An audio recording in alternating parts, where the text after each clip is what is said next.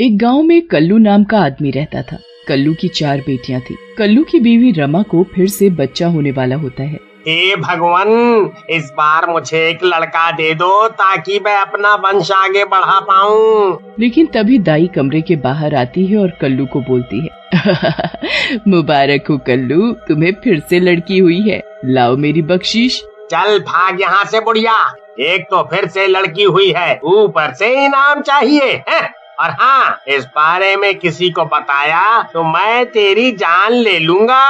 कल्लू को यूं गुस्से में देख दाई वहाँ से खिसक लेती है। ये तो 5वीं भी लड़की हो गई मुझे, अब लोग तो मेरा मजाक बनाएंगे और मैं इन सब लड़कियों को कैसे पालूंगा, इनकी शादी कैसे करूंगा, इतने तो पैसे भी नहीं है मेरे पास। ऐसा कहकर कल्लू उस छोटी सी बच्ची को उठाता है और पुल पर जाकर नदी में फेंक देता है। हाँ, अब इस बला से मुक्ति मिली। उधर बच्ची नदी में गिरते ही डूबने लगती है। तभी वहाँ एक चुड़ैल मछली आती है, जिसका आधा शरीर तो चुड़ैल का और आधा शरीर मछली का होता है। आज मजा आ जाएगा, इस बच्ची को खाकर बहुत दिनों बाद ऐसा स्वादिष्ट भोजन मिला है। ऐसा कहकर वो चुड़ैल मछली बच्ची को निगल जाती है और वहाँ से चली जाती है। अगले दिन एक मछुआरा जिसका नाम शंभू होता है, मछली पकड़ने के लिए नदी में जाता है। आज तो मौसम बहुत ही अच्छा है, आज खूब मछली पकड़ूंगा, फिर दुलारी को शाम को पैसे दूंगा, दुलारी खुश हो जाएगी। ऐसा सोचकर शंभू जाल लेकर नदी में चला जाता है और जाल को नदी में फेंक देता है। जाल में मछली चुड़ैल फंस जाती है। शंभू जैसे ही जाल को खींचता है, मछली चुड़ैल पानी से बाहर आ जाती है। किसने मुझे ऐसे पकड़ा, मैं उसकी जान ले लूंगी, छोड़ूंगी नहीं। अरे मर गया रे, ये क्या बला पकड़ ली मैंने, ये तो मुझे छोड़ेगी नहीं, मैं क्या करूं? ऐसा सोचकर शंभू एक लकड़ी के टुकड़े से चुड़ैल के सिर पर वार करता है। चुड़ैल बेहोश हो जाती है। उसके बाद शंभू भागकर अपनी पत्नी दुलारी के पास जाता है और उसे सारी बात बताता है। अरे नास मिटे, भाग क्यों आया? तुझे पता है कभी कभी इन जल परियों के पेट में खजाना भी मिल जाता है। चलो मैं तुम्हारे साथ चलती हूँ। फिर शंभू और दुलारी कुल्हाड़ी लेकर वापस से नदी के किनारे पहुँचते हैं। मछली चुड़ैल वहीं बेहोश पड़ी होती है। मेरा खजाना तो बेहोश पड़ा है, इससे पहले इसे होश आए हमें इसका पेट काटकर खजाना निकाल लेना चाहिए। अरे पागल औरत, मैं कह रहा हूँ जाने दे, कहीं हम किसी मुसीबत में न पड़ जाएं। तुमसे ज्यादा डरपोक आदमी तो मैंने कहीं नहीं देखा है, तुमसे ना हो पाएगा, लाओ कुल्हाड़ी दो मुझे। ऐसा कहकर दुलारी मछली चुड़ैल के पेट पर वार करती है। चुड़ैल 2 भागों में बंट जाती है और अंदर से एक रोती हुई लड़की निकलती है। मनहूस औरत, तुझे मना किया था ना, अब भुगत भुगत इसे, मुझे तो ये इसी चुड़ैल की बच्ची लग रही है। पता नहीं कौन सी मनहूस घड़ी में मैंने तुमसे शादी की, इतना डरपोक आदमी। अरे दिख नहीं रहा कितनी प्यारी बच्ची है, वो भी इंसानों की, चलो हटो सामने से। ऐसा कहकर दुलारी बच्ची को उठा लेती है। बच्ची को उठाते ही दुलारी की ममता जाग जाती है और वो उसे अपने घर ले जाती है। लेकिन शंभू मन ही मन घबरा रहा होता है। ये ना समझ औरत अपनी जिद के आगे किसी की नहीं चलने देती, और कुछ बोलो तो लड़ने लगती है। मुझे किसी से इस बारे में बात करनी होगी। उधर चुड़ैल को होश आता है। वो मछली के शरीर से आजाद होकर बहुत खुश हो जाती है। मजा आ गया, उस साधु के श्राप के कारण मुझे इस मछली के शरीर में रहना पड़ रहा था, लेकिन उन इंसानों की इतनी मजाल, चुड़ैल पर हमला किया, इन्हें तो मैं नहीं छोड़ूंगी। इधर दुलारी उस बच्ची को अपनी बेटी की तरह पालने लगती है। शंभू और दुलारी लड़की का नाम परी रखते हैं। परी भी धीरे धीरे बड़ी होने लगती है। एक दिन परी खेल रही होती है, तभी वहाँ साधु आता है और परी को देखता है। अरे वाह, कितनी प्यारी बच्ची है, इसके मुंह पर कितना तेज है, ये तो कोई चमत्कारी लड़की लगती है, इसकी माँ कहाँ है? साधु परी के पास जाता है और उसे गोद में उठा लेता है, लेकिन तभी वहाँ दुलारी आ जाती है और परी को साधु की गोद से ले लेती है। मैं इस बच्ची की माँ हूँ साधु महाराज, बोलो बोलो आपको क्या बोलना है? तू इस बच्ची की माँ कैसे हो सकती है? इस बच्ची का तेज बता रहा है ये किसी और की बच्ची है, तेरे बोलने से कैसे मान लूं? मेरी आंखें कभी धोखा नहीं खा सकती।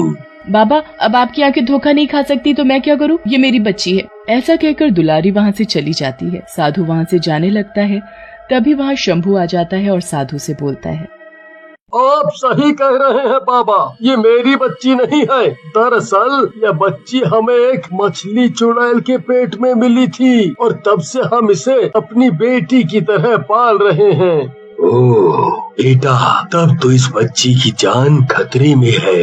वो चुड़ैल इसको ढूंढ रही है और मिलते ही इसे और तुम दोनों को मार डालेगी। लेकिन ऐसा कैसे हो सकता है? उस चुड़ैल को तो हमने मार डाला था।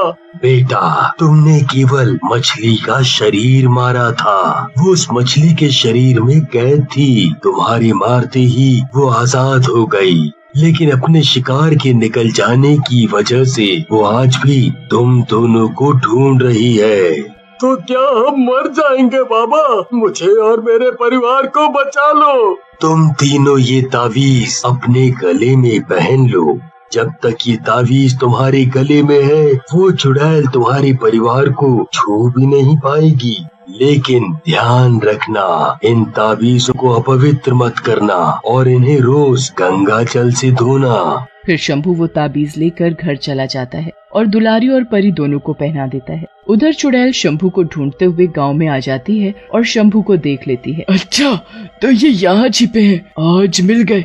इन तीनों को मैं जिंदा नहीं छोड़ूंगी। रात में जब शंभू, दुलारी और परी सो रहे होते हैं, चुड़ैल उनके कमरे में आती है और तीनों को मारने के लिए अपना हाथ बढ़ाती है, लेकिन तभी उसे एक बिजली का झटका लगता है। अरे मर गई रे।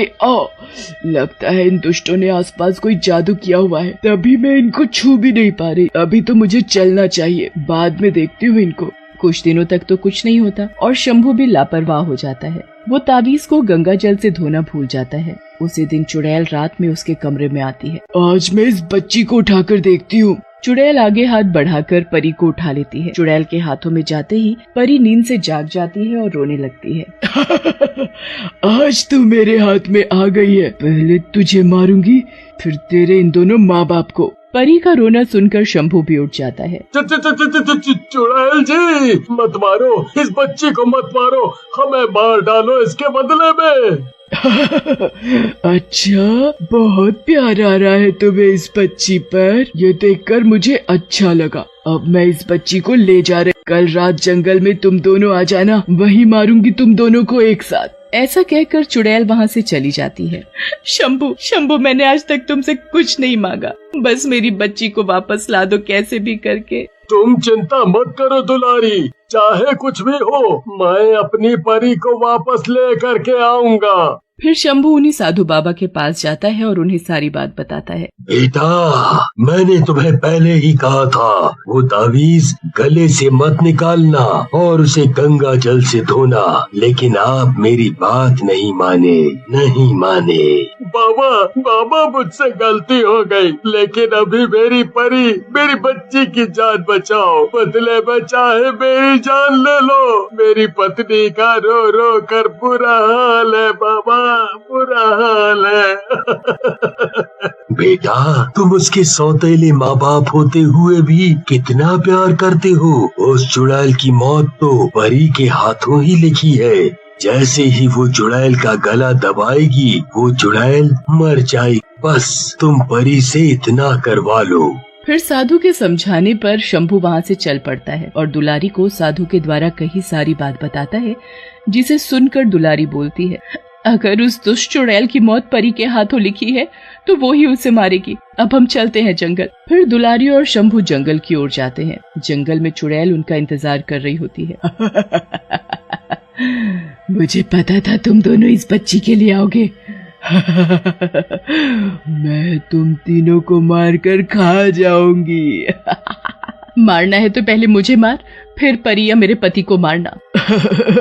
अगर तू पहले मरना चाहती है तो यही सही। ऐसा कहकर चुड़ैल दुलारी को पकड़ लेती है और गला दबाने लगती है। शंभू दुलारी को बचाने के लिए चुड़ैल को धक्का देता है। चुड़ैल गिर जाती है। परी भी चुड़ैल की तरफ भागती है। मेरी बच्ची, इसके ऊपर चढ़ जा और जैसे इसने तेरी माँ का गला दबाया तू भी दबा दे। दुलारी की बात सुनकर परी चुड़ैल का गला दबाने लगती है। ये बच्ची तो मुझे मार डालेगी, इसके हाथों में इतनी ताकत कैसे? इस बच्ची का जन्म ही तेरी जैसी चुड़ैलों को मारने के लिए हुआ है। फिर परी के गला दबाने से चुड़ैल मर जाती है और परी को लेकर शंभू और दुलारी घर चले जाते हैं। एक गांव में कल्लू नाम का आदमी रहता था। कल्लू की 4 बेटियां थी। कल्लू की बीवी रमा को फिर से बच्चा होने वाला होता है। हे भगवान, इस बार मुझे एक लड़का दे दो ताकि मैं